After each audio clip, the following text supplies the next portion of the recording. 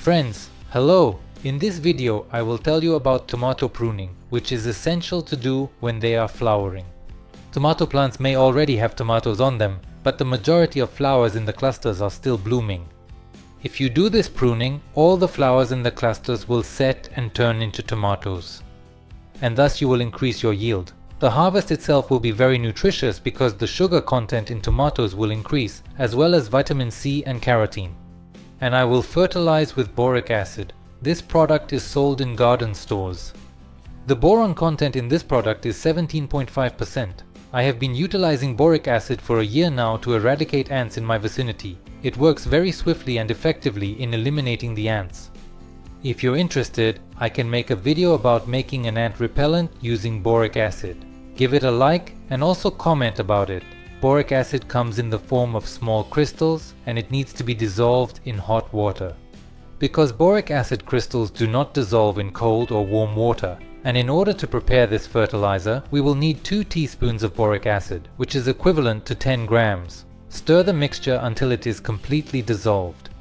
In hot water, this will take about a minute. Once the crystals are completely dissolved, add them to 10 liters of clean warm water. Also, stir this measuring cup with a volume of 1 liter. Specifically, this amount is needed for feeding adult tomatoes, but with this feeding, we can also help our tomatoes by cutting off the lower leaves. Begin pruning the leaves on tomatoes when at least 1 tomato has developed in the initial cluster.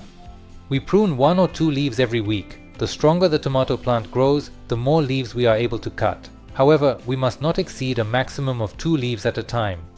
This is how tomatoes look when not pruned. My tomatoes grow quite vigorously, so I prune 2 leaves.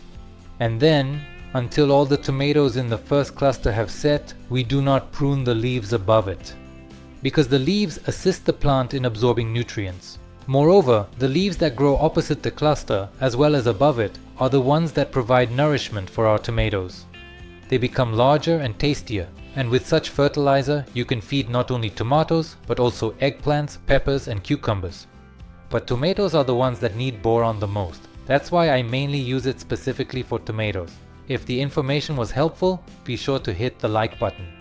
Don't forget to share this video with friends and subscribe to my channel to not miss new video releases.